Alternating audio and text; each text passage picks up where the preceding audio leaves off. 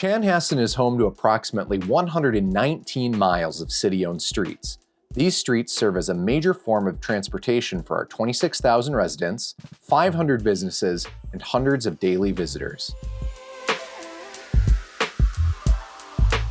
Our roads see a lot throughout the year, and they especially take a beating in the winter when plows are scraping and salting them. In order to ensure that our roads are in good working condition, the city's engineering department utilizes a pavement management plan. What goes into this plan? How do we decide what roads are repaired? And how do we decide what kind of work each road needs? To start, the city is broken up into 3 geographical areas. Each area is field reviewed every 3 years. One of the reviewing techniques our engineers use to evaluate road conditions is the Overall Condition Index, or OCI. The OCI is a series of ratings that help determine what sorts of repairs each road needs. Like with school grades or bowling, the higher the score, the better. Generally, if your road scores 90 or higher, it's in excellent shape and just needs some minor maintenance and maybe some monitoring. If your score is between 80 to 90, your road's in really good condition, just might need some minor maintenance like some cracks sealed or maybe some potholes filled. 70 to 80 means we might use a mill and overlay rehabilitation method, and 60 to 70 means we definitely will.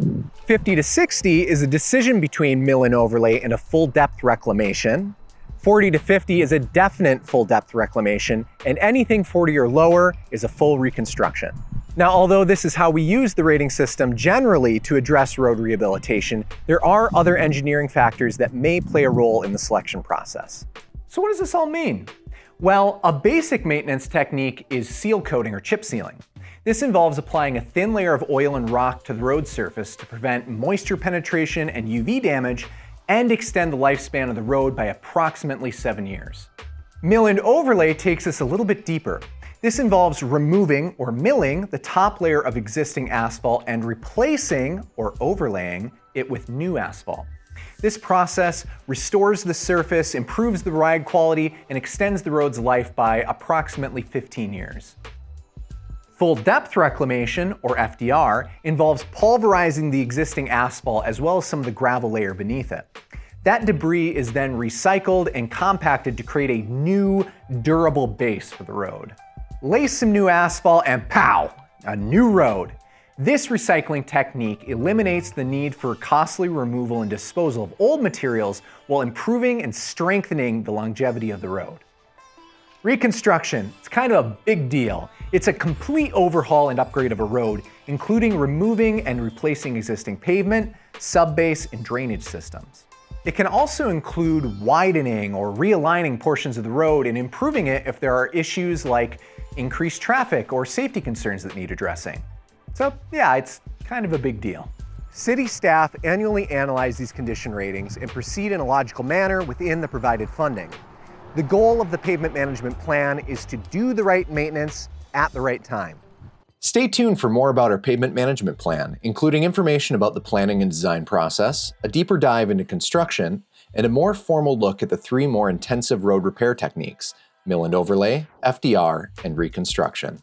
For other information about the projects happening around Chanhassen, visit chanhassenmn.gov/projects.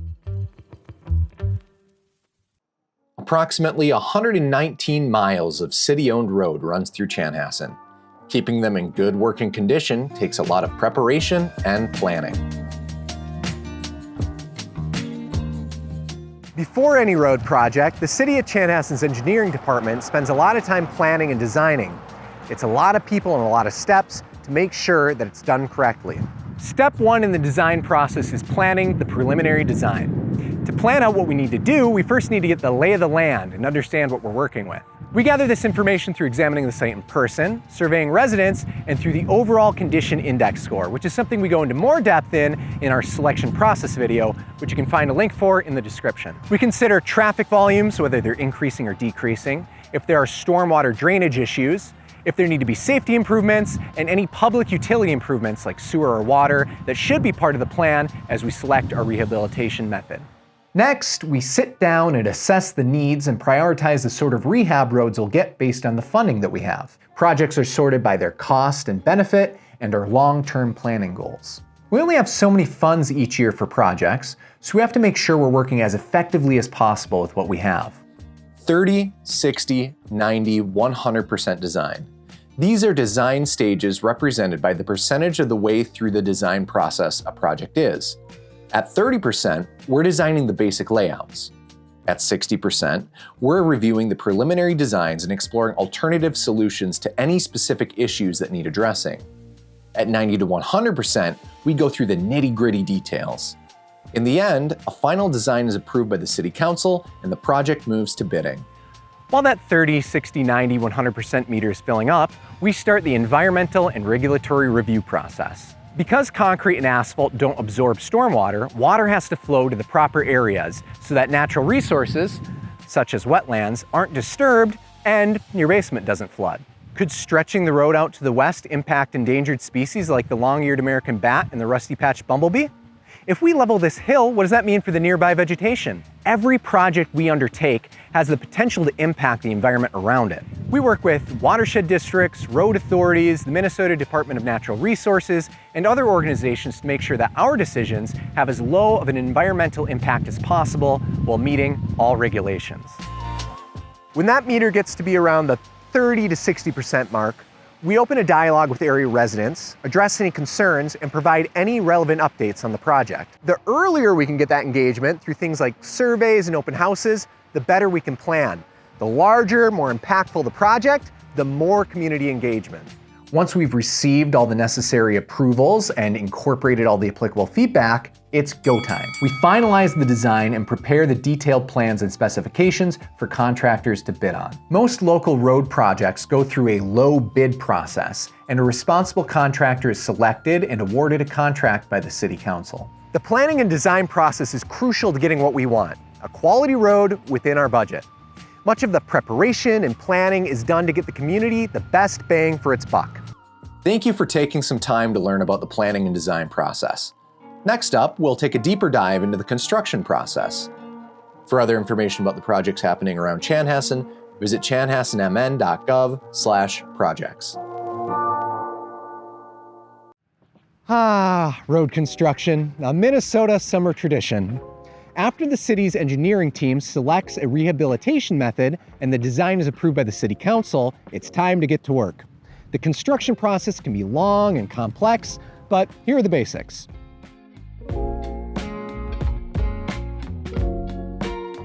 It starts with a pre-construction meeting between stakeholders, contractors, city engineers, small utilities, and others.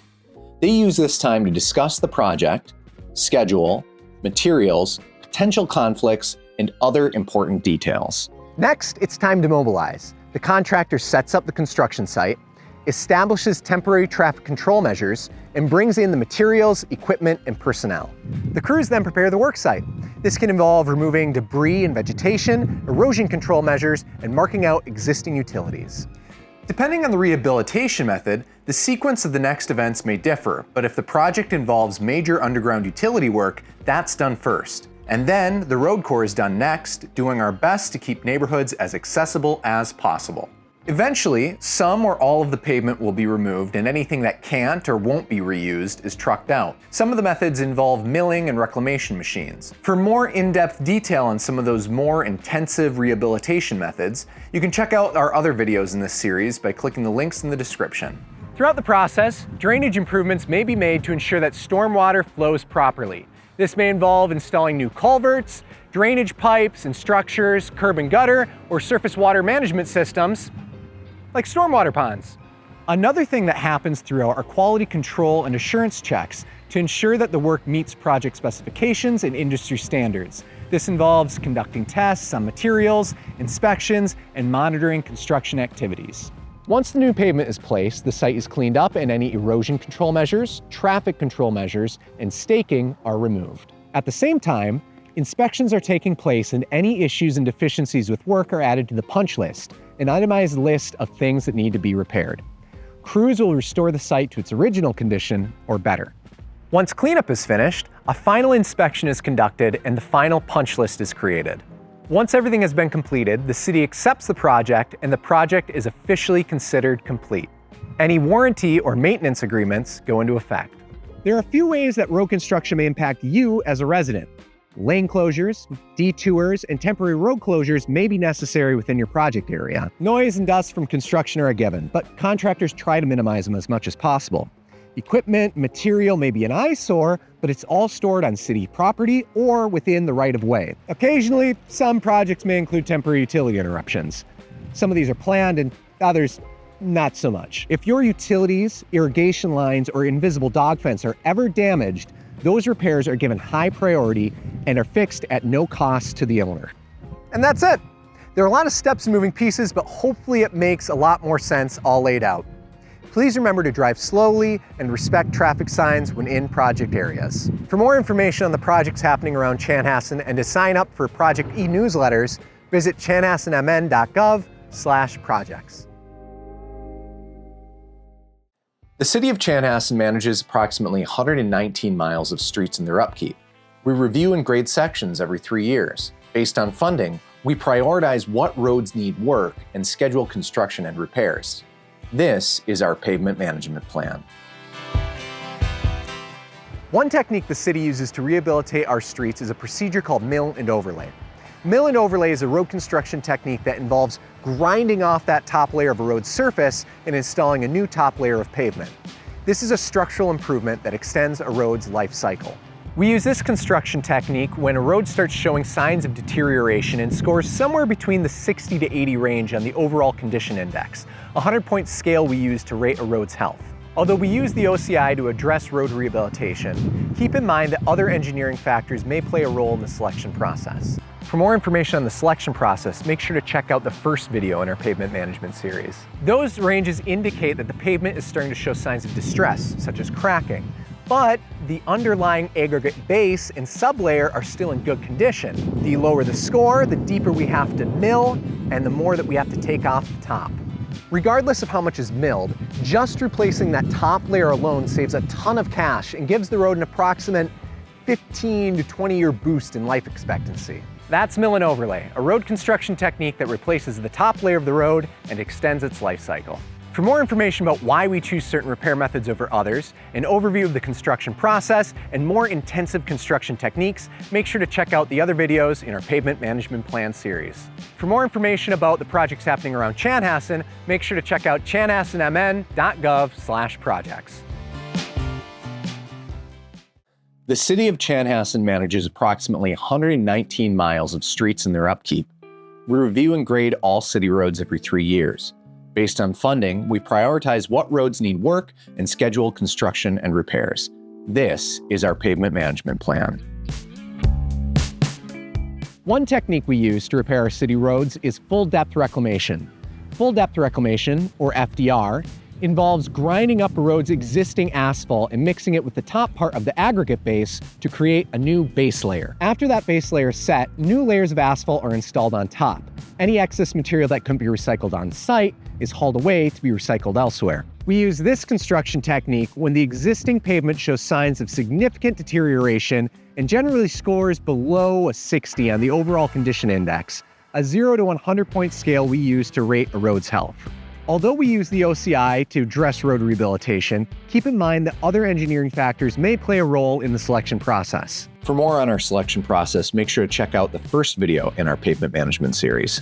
Although this method is more expensive and extensive than the mill and overlay technique, it avoids the more costly total reconstruction, which involves various additional improvements. That's full depth reclamation, a road construction method that digs a little deeper, recycling the old to build anew.